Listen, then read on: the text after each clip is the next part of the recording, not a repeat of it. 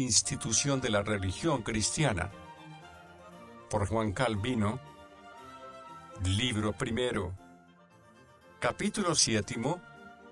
¿Cuáles son los testimonios con que se ha de probar la Escritura para que tengamos su autoridad por auténtica, a saber del Espíritu Santo, y que es una maldita impiedad decir que la autoridad de la Escritura depende del juicio de la Iglesia?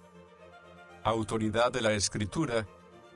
Pero antes de pasar adelante es menester que hilvanemos aquí alguna cosa sobre la autoridad de la Escritura, no solo para preparar el corazón a reverenciarla, sino también para quitar toda duda y escrúpulo, pues cuando se tiene como fuera de duda que lo que se propone es palabra de Dios, no hay ninguno tan atrevido, a no ser que sea del todo insensato y se haya olvidado de toda humanidad, que se atreva a desecharla como cosa a la que no se debe dar crédito alguno. Pero puesto que Dios no habla cada día desde el cielo, y que no hay más que las solas Escrituras en las que Él ha querido que su verdad fuese publicada y conocida hasta el fin, ellas no pueden lograr entera certidumbre entre los fieles por otro título que porque ellos tienen por cierto e inconcluso que han descendido del cielo, como si oyesen en ellas a Dios mismo hablar por su propia boca. Es ciertamente cosa muy digna de ser tratada por extenso y considerarla con mayor diligencia,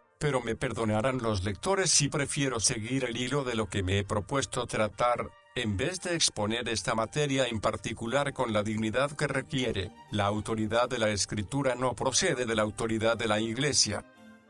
Ha crecido entre muchos un error muy perjudicial, y es pensar que la Escritura no tiene más autoridad que la Iglesia de común acuerdo le concediere, como si la eterna e inviolable verdad de Dios estribase en la fantasía de los hombres, porque he aquí la cuestión que suscitan, no sin gran escarnio del Espíritu Santo, ¿quién nos podrá hacer creer que esta doctrina ha procedido del Espíritu Santo? ¿Quién nos atestiguará que ha permanecido sana y completa hasta nuestro tiempo? ¿Quién nos persuadirá de que este libro debe ser admitido con toda reverencia, y que otro debe ser rechazado, si la Iglesia no da una regla cierta sobre esto? Concluyen, pues, diciendo que de la determinación de la Iglesia depende que reverencia se deba a las Escrituras, y que ella tiene autoridad para discernir entre los libros canónicos y apócrifos. De esta manera estos hombres abominables, no teniendo en cuenta más que erigir una tiranía desenfrenada a título de la Iglesia, no hacen caso de los absurdos en que se enredan a sí mismos y a los demás con tal de poder hacer creer a la gente sencilla que la Iglesia lo puede todo. Y si esto es así, ¿qué será de las pobres conciencias que buscan una firme certidumbre de la vida eterna? Si todas cuantas promesas nos son hechas se apoyan en el solo capricho de los hombres, cuando oyeren que basta que la Iglesia lo haya determinado así, podrán, por ventura, tranquilizarse con tal respuesta. Por otra parte, ¿qué ocasión damos a los infieles de hacer burla y escarnio de nuestra fe, y cuántos la tendrán por sospechosa si se creyese que tiene su autoridad como prestada por el favor de los hombres? ¿La Iglesia misma se funda en el testimonio de los profetas y de los apóstoles? Pero estos charlatanes se van bien embarazados con una sola palabra del apóstol. Él dice, Efesios 2:20, que la Iglesia es edificada sobre el fundamento de los apóstoles y profetas. Si el fundamento de la Iglesia es la doctrina que los profetas y los apóstoles enseñaron, es necesario que esta doctrina tenga su entera certidumbre antes de que la Iglesia comience a existir, y no hay por qué andar cavilando que, aunque la Iglesia tenga su principio y origen en la palabra de Dios, no obstante todavía queda en duda qué doctrina debe ser admitida como profética y apostólica, hasta tanto que la Iglesia intervenga y lo determine, porque si la Iglesia cristiana fue desde el principio fundada sobre lo que los profetas escribieron, y sobre lo que los apóstoles predicaron, necesariamente se requiere que la aprobación de tal doctrina preceda y sea antes que la Iglesia, la cual ha sido fundada sobre dicha doctrina, puesto que el fundamento siempre es antes que el edificio. Así que es un gran desvarío decir que la Iglesia tiene autoridad para juzgar de la Escritura, de tal suerte que lo que los hombres hayan determinado se deba tener por palabra de Dios o no, y así, cuando la Iglesia recibe y admite la Santa Escritura, con su testimonio la aprueba, no la hace auténtica, como si antes fuese dudosa y sin crédito, sino que porque reconoce que ella es la misma verdad de su Dios, sin contradicción alguna la honra y reverencia conforme al deber de piedad. En cuanto a lo que preguntan, que cómo nos convenceremos de que la Escritura procede de Dios si no nos atenemos a lo que la Iglesia ha determinado, esto es como si uno preguntase cómo sabríamos establecer diferencia entre la luz y las tinieblas, lo blanco y lo negro, lo dulce y lo amargo, porque la Escritura no se hace conocer menos que las casas blancas y negras que muestran su color, y las dulces y amargas que muestran su sabor. Explicación del dicho de San Agustín: no creería en el Evangelio si la Iglesia no me moviera a ello.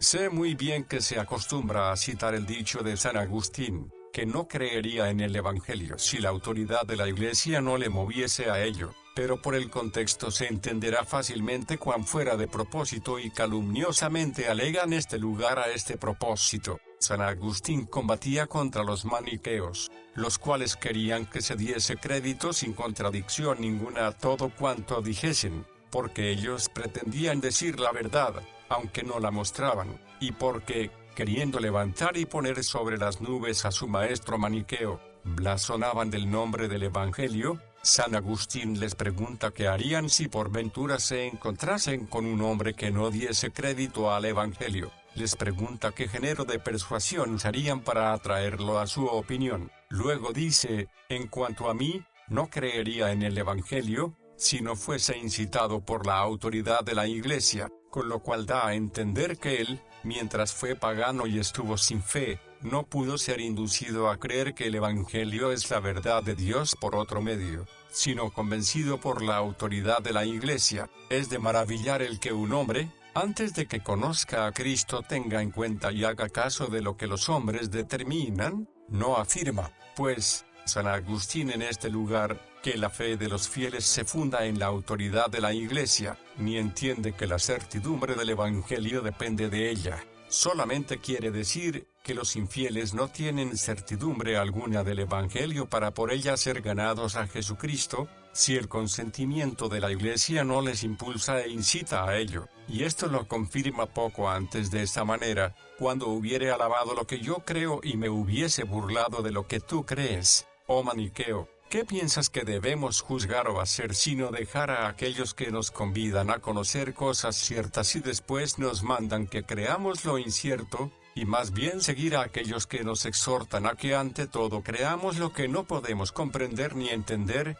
para que fortificados por la fe al fin entendamos lo que creemos, y esto no por medio de los hombres, sino porque el mismo Dios confirma y alumbra interiormente nuestras almas. Estas son las propias palabras de San Agustín, de las cuales muy fácilmente cada uno puede concluir que nunca este santo doctor fue del parecer que el crédito y la fe que damos a la Escritura había de estar pendiente del arbitrio y la voluntad de la Iglesia, sino que solo quiso mostrar que aquellos que aún no están iluminados por el Espíritu Santo son inducidos por la reverencia y respeto a la Iglesia a una cierta docilidad para dejar que se les enseñe la fe en Jesucristo por el Evangelio, y que de este modo la autoridad de la Iglesia es como una entrada para encaminar a los ignorantes y prepararlos a la fe del Evangelio. Todo esto nosotros confesamos que es verdad, y realmente vemos muy bien que San Agustín quiere que la fe de los fieles se funde en una base muy diferente de la determinación de la Iglesia. Tampoco niego que muchas veces objeta a los maniqueos la autoridad y común consentimiento de la Iglesia,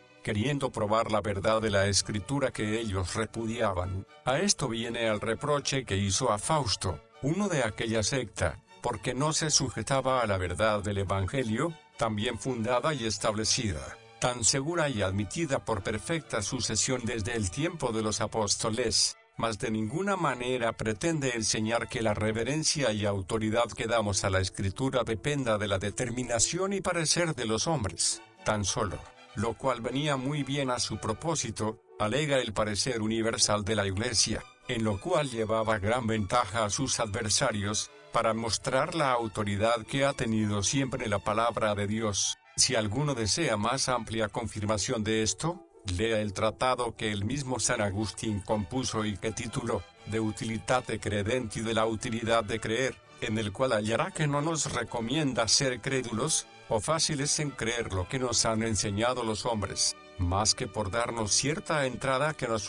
como él dice, un conveniente principio. Por lo demás, no quiere que nos atengamos a la opinión que comúnmente se tiene, sino que debemos apoyarnos en un conocimiento firme y sólido de la verdad.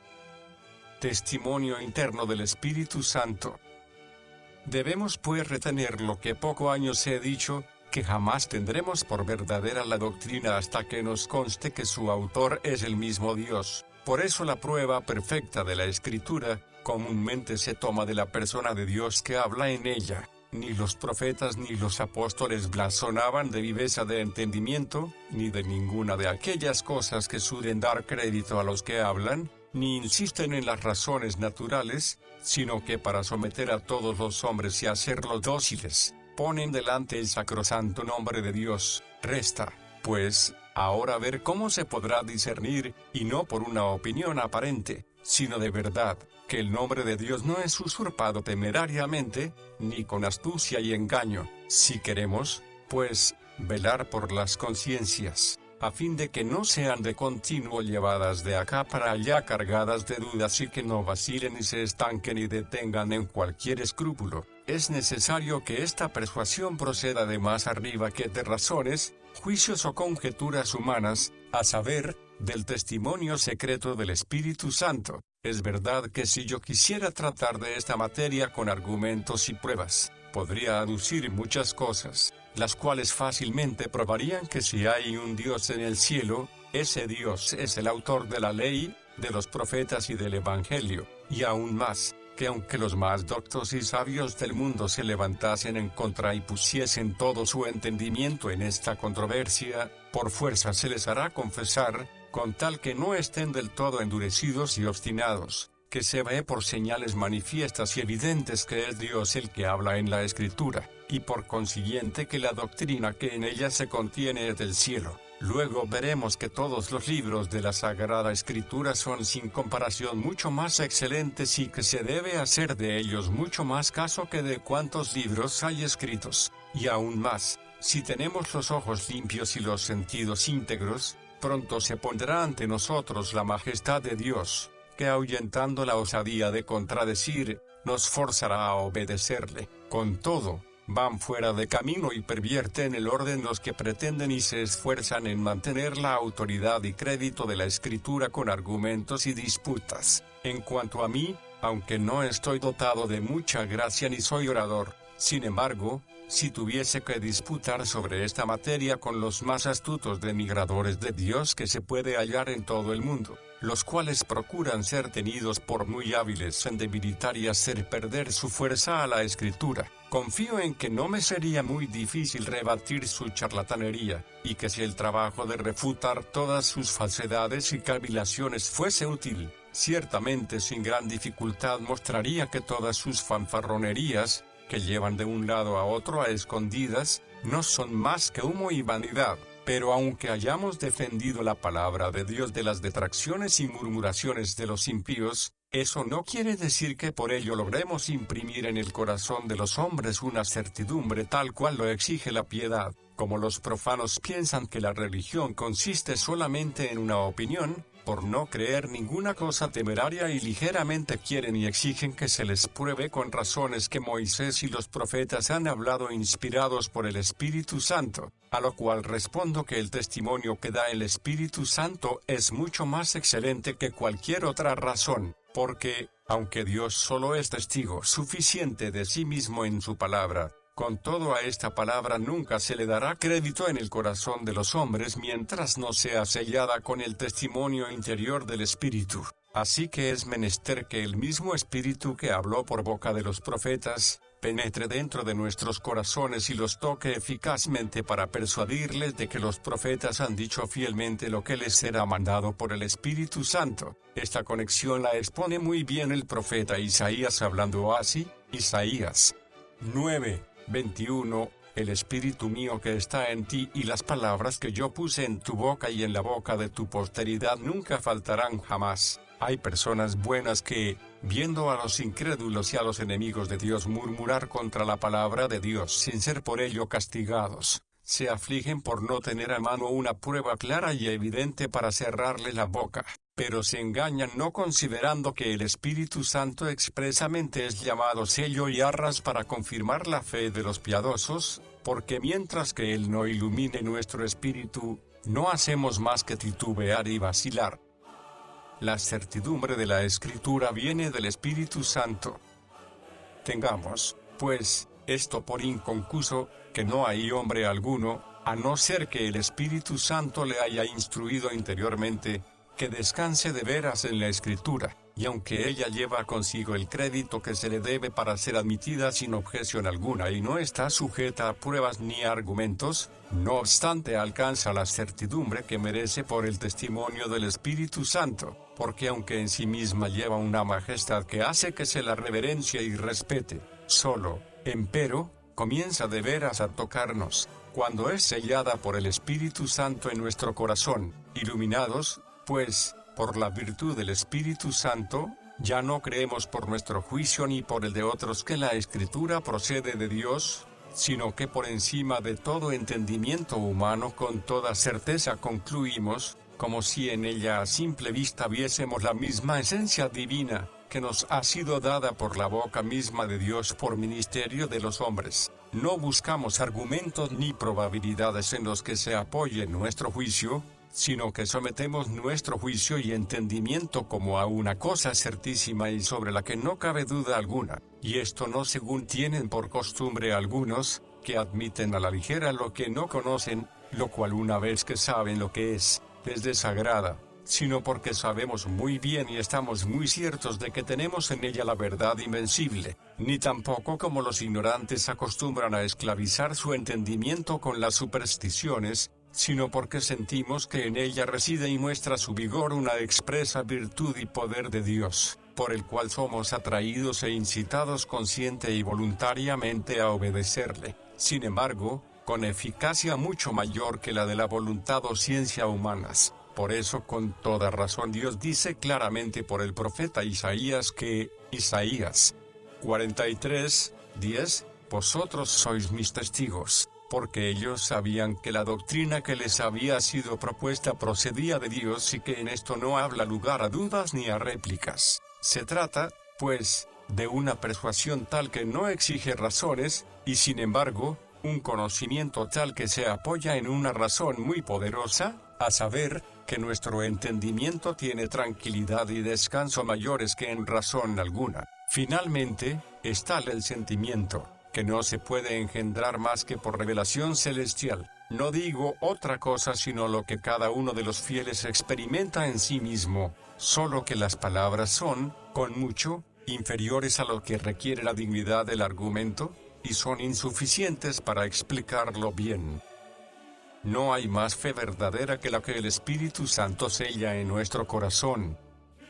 Por ahora no me alargaré más, porque en otro lugar se ofrecerá otra vez ocasión de caer sobre esta materia. De momento contentémonos con saber que no hay más uno verdadera que la que el Espíritu Santo imprime en nuestro corazón. Todo hombre dócil y modesto se contentará con esto. Isaías promete a todos los hijos de la Iglesia, Isaías 54:13, que, después de haber sido ella renovada, serán discípulos de Dios. Este es un privilegio singular que el Señor concede a los suyos para diferenciarlos de todo el género humano, porque, ¿cuál es el principio de la verdadera doctrina, sino la prontitud y alegría para oír la palabra de Dios? Él exige por boca de Moisés ser oído, como está escrito, Deuteronomio 30:10-14, no digas en tu corazón, ¿quién subirá al cielo, o quién descenderá al abismo? He aquí, la palabra está en tu boca. Si Dios ha querido que este tesoro de inteligencia estuviese escondido para sus hijos, no hay que maravillarse de ver en la gente vulgar tanta ignorancia y necedad. Llamo gente vulgar aún a los más electos, mientras no sean incorporados a la Iglesia, y lo que es más, habiendo dicho Isaías